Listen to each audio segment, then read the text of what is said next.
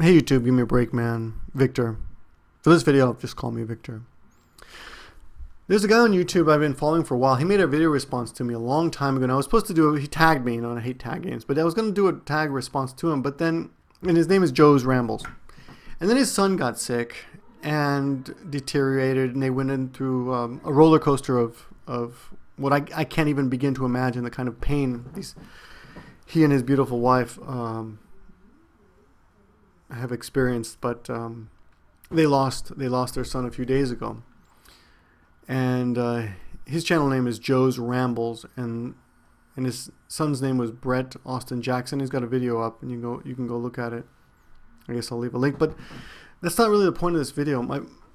Before his son passed, he actually made another video that I've been meaning to respond to, and it's called Atheism.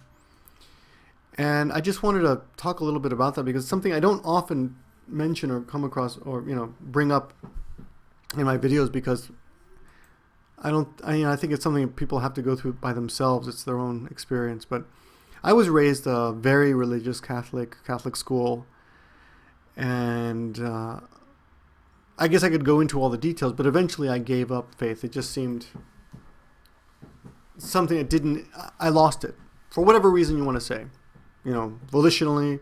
I on purpose went out of my way to lose it, whatever you want to say. But the point is, I no longer have faith. But and honestly, part of me kind of wants to ridicule those of you who do believe in that superstitious stuff. It seems ridiculous to me sometimes that we agree to respect one another's religions, but we don't. But we make fun of other people's beliefs. Like if you believe in aliens or Bigfoot or the Loch Ness monster, you're labeled as a nutcase, or if you fall for a Ponzi scam or something, you're an idiot, right? But if you believe in Jesus or Buddha or whatever it is, or Allah, then we have some kind of unspoken agreement in society to respect each other's beliefs, which part of me has always thought was just ridiculous. I mean, if you really think about Jesus, he died and he came back from according to the story, he came back to life, and now we worship him, That's like a zombie, But if I worshipped a zombie, you would think I was really disgusting and gross, right? But I know it's different from a Christian point of view, but my point is, we agree to respect one another's religions, and part of me is always thinking, like, why? It's all just ridiculous, because I lost faith. But at the same time, part of me secretly envies all of you who have faith. It's true. Because you're never alone. I mean, if you truly have faith, and I think I did have it once, but my understanding is you always have that feeling of God in your life, in your love, in your being, in every fiber of your being. You feel he is with you, or something, whatever God you worship, but you have that to lean on or to fall back on. And now with someone like Joe's Rambles, who actually used to be a man of God, he says in the video called Atheism, I went up about a week ago. And now he's, of course, after losing his son died. His son is, I think, 10 years old, and his son went through hell. And Joe's, from what I can see in his videos, is losing faith.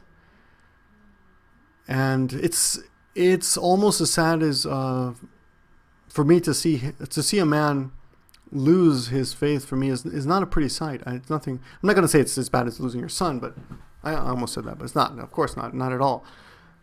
I would definitely sacrifice my faith or anything for the life of my child, but it's sad to see someone do this, to lose faith. And I'd like to say, as one non-believer or atheist or heathen or agnostic, whatever you want to call me, that that's something I think that if it can help you get through this difficult time, then don't cast it aside. And I know this sounds ridiculous coming from an atheist, but don't cast it aside. Use it as whatever kind of blanket it can be for you. And I've been thinking about this because I remember really going through a lot of contemplation when I was younger, when I finally did decide to throw off that when I finally let go of faith. One more thing. The other thing that the reason I can say this, you might be thinking, if you're a pure-hearted atheist, like some of you nuts on YouTube who go out, your only purpose in life is to, make it hell for all the believers. If you believe in love,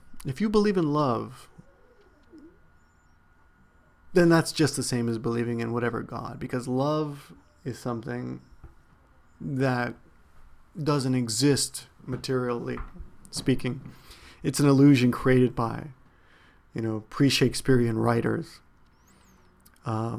It's something that we all bought into, but it's socially accepted.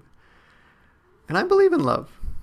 So I would be a hypocrite, I think, to criticize you for believing in your God, whatever it is. And everyone's idea of love is going to be different. Everyone's idea of God is going to be different. But I do believe in a kind of human love that exists in the world, and maybe that's my replacement for faith or God or whatever, or religion, whatever you want to call it. But anyway, I welcome video responses, or I like to hear anyone's thought, especially people who of either faith, but I'm not really interested in the morons whose only goal is to convert you or to dissuade you from your faith. But if you have a story about your faith, or how you lost it, or how you gained it, or the idea of love as not existing and being a kind of religion, then I welcome your video responses. I like to hear your thoughts. To Joe's Rambles, who lost his son,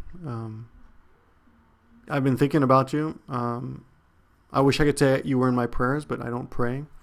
But I've been thinking about you and your wife, and what you're going through, and I've been very. It's very sad, and there's nothing I can say. There's nothing I can say, but